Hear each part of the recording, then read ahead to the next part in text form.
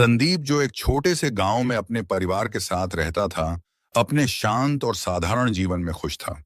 वह एक किसान था और खेती उसके लिए सिर्फ एक पेशा नहीं, बल्कि उसके जीवन का हिस्सा थी।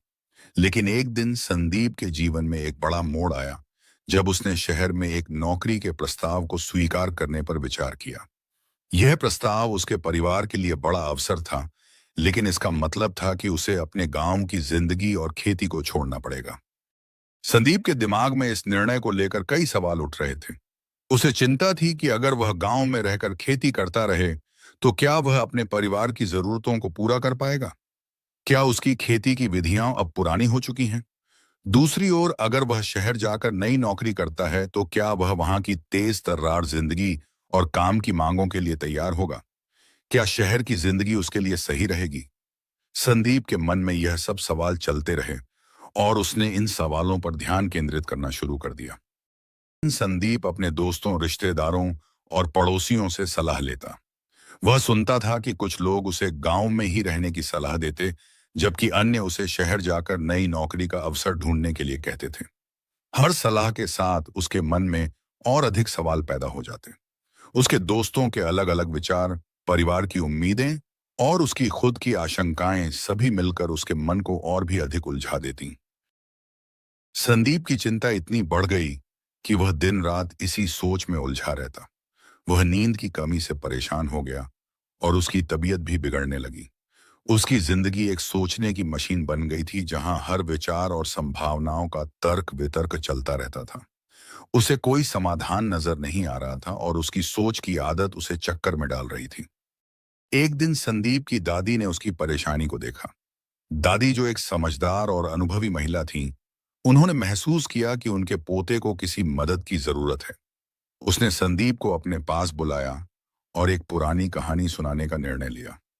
संदीप, मैं तुम्हें एक कहानी सुनाना चाहती हूँ जो तुम्हारी मदद कर सकती है।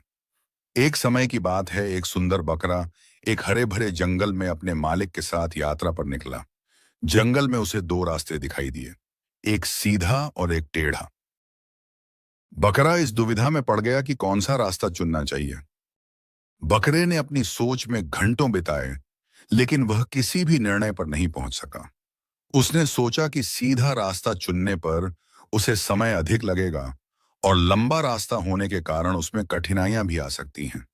वहीं टेढ़ा रास्ता छोटा और सीधा है, लेकिन इसमें कई मोड़ और हो सकती हैं। बकरे का मन हर पल बदलता रहता और उसकी चिंता उसे किसी भी निर्णय पर पहुंचने से रोक रही थी।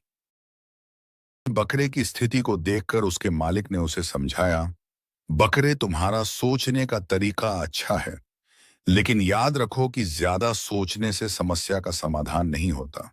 कभी कभी हमें अपनी स्थिति को समझकर और परिस्थितियों का विश्लेषण करके एक निश्चित समय में निर्णय लेना चाहिए। सोचने के बाद निर्णय पर पहुंचकर उस निर्णय के साथ आगे बढ़ना जरूरी है। बकरे ने मालिक की बातों को ध्यान से सुना। उसने सोचा कि ज्यादा सोचने से केवल तनाव और उलझन बढ़ रही है। उसने निर्णय लिया कि वह पहले अपनी वर्तमान स्थिति और रास्ते की परिस्थितियों की जांच करेगा और फिर एक निश्चित समय सीमा के अंदर निर्णय लेगा। बकरे ने सीधा रास्ता चुना क्योंकि उसमें मोड़ कम थे और उसे ज्यादा संदेह का सामना नहीं करना पड़ा।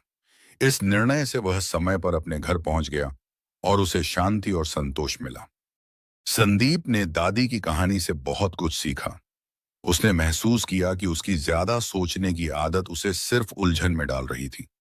उसने तय किया कि वह अपनी परिस्थितियों और संसाधनों का ईमानदारी से मूल्यांकन करेगा। इसके बाद उसने एक सीमित समय में निर्णय लेने का संकल्प लिया और किसी भी छोटी बड़ी बात पर अनावश्यक रूप से सोचने से बचने की कोशिश की। संदीप ने समझा कि किसी भी निर्णय को लेकर अत्यधिक सोचने की बजाय उसे अपनी वास्तविकता के आधार पर निर्णय लेना चाहिए। उसने गांव में रहकर खेती करने का निर्णय लिया और साथ ही खेती में कुछ आधुनिक बदलाव भी किए। उसने समय पर सही निर्णय लिया और अब उसकी जिंदगी में संतोष और शांति थी। संदीप की ज्यादा सोचने की आदत कम हुई और उसने अपने निर्णय के साथ आत्मसंयम और स्पष्टता के साथ आगे बढ़ते हुए खुद को सशक्त महसूस किया।